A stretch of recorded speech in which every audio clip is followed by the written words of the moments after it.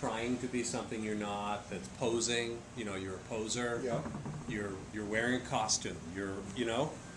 And I did that. So in that 79, that summer, some guys at Tufts invited me to go see the Dead, to go to a show they were going in Colorado. Guys I didn't even know that well. But they were taking a bus from Cambridge Wow. to Red Rocks, to see them in Red Rocks, meeting another bus coming from Berkeley. So it was the Gray Rabbit bus line. Oh yeah. No seats, all pillows. Really? Oh yeah. I must shit. have told you guys the story, but Well, I know that, it was no, unbelievable. it's not the one where you ran at the cliff. It is. It is the one. Okay, you told that. Yeah, because Red Rocks was rained out. They moved it into McNichol Arena in Denver. But we were hanging out at so we pull up. Every parking lot we're playing frisbee. Well, what was the bus ride like? That's the what one I want to hear about. Yeah. Bus ride. So bus ride was first we met the owners. This is the Gray Rabbit bus line, run by Lester and Cheryl Rabbit. Okay, Lester Rabbit is like a burnt-out hippie. He's got long, straggly hair. He seemed like he was probably 50 to me. Maybe he was 40 or 30. What was I, 18, 19? And this cute little wife. So everybody took off their shoes when you got on. They stowed your luggage underneath. It was a big old bus, like an old Greyhound. They had ripped out all the seats and just built a platform, right? So you shoved your shoes under that, and they had this platform with mattresses and pillows. That's nice. And we sat sort of facing each other, so your legs are pointing into the middle, kind of, one after another. There were probably about 40 people, I guess. I mean, I paid like, I don't know, $60 or something for this. But you're on that for like 48 hours or something. 3 days. Wow. This bus, every time this bus stopped, we had to push start it. This is a big bus. This is a full size, and a bunch of us would get out in the back. The back is covered with grime and grease. So we had these cardboard boxes, panels, that we'd put up against it. So we'd be in a parking lot playing frisbee, and then push this thing, get it going, run up, get in, and go. They told us at the beginning there was no drinking on the bus. Drugs, sure. Pretty much everything else. And they used to make runs. They would make runs to Mexico and stuff with this bus line. There was the Gray Rabbit and there was the Green Tortoise. I always heard about the Green Tortoise. And so this was quite. So the people I met on the bus, I met a guy named Sky, who was he had been in the Army and he was wearing fatigues. He was just this big lug of a guy. I met another guy, Joe, who I wound up hanging out with. So I didn't really even like the people from Tufts who I knew that well. They were into the Dead. But we did, before we left, we made this meticulous Steal Your Face banner, like big. Wow. Like they projected it onto a grid. So we did it, square by square. Yeah.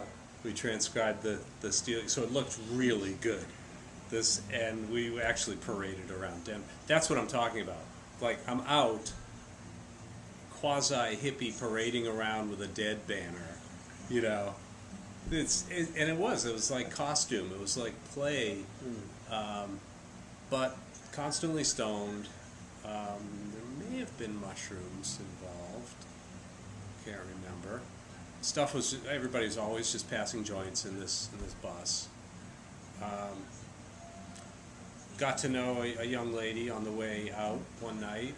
I think I've heard that. That was fun. That's the kind I remember. Bizarre. Yeah. Yeah. It's With like 40 other the back of people? the bus. They were pretending to sleep. Come on. Yeah.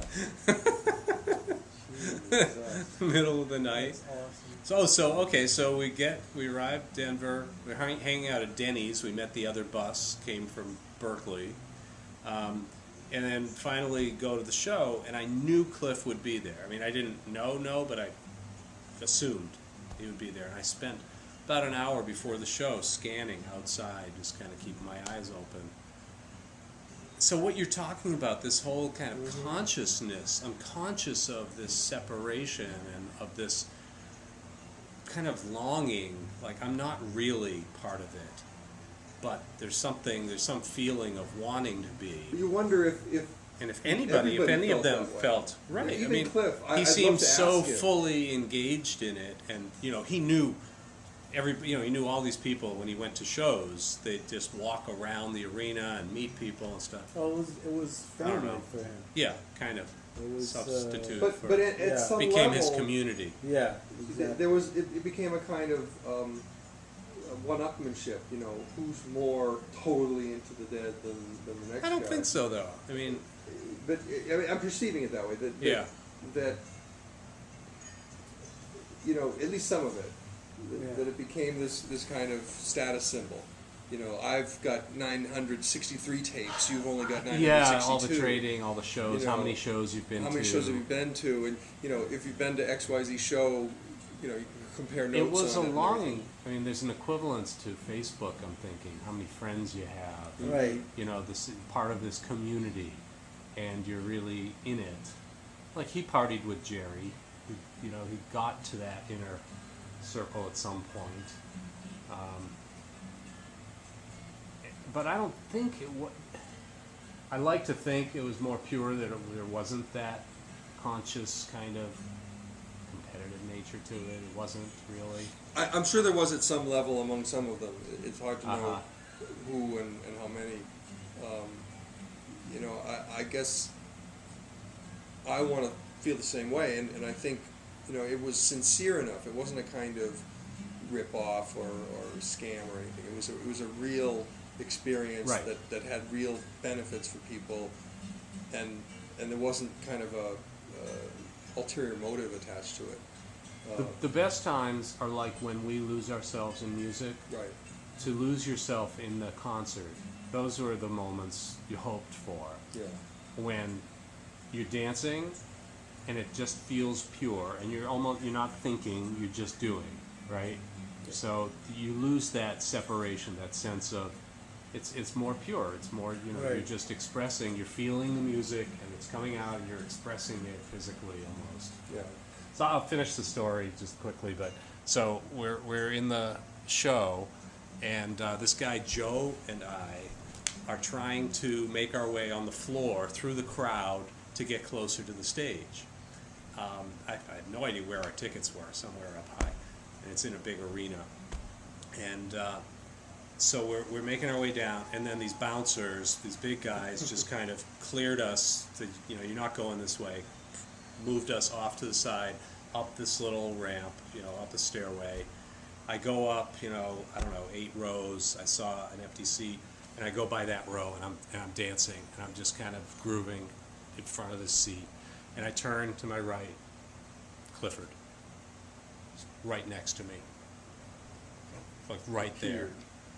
It gives me a chill, still, right now. I mean, yeah, of all the things. That was just unbelievable. It was amazing. I'm steered off into this particular stairwell, go up, there's a million people around, I find a seat that's empty to stand and dance next to, and there he is. And he said, "Stick out your tongue." This is what he said, and I did. And he laid something on my tongue. But, we hugged, and we're dancing. It was crazy.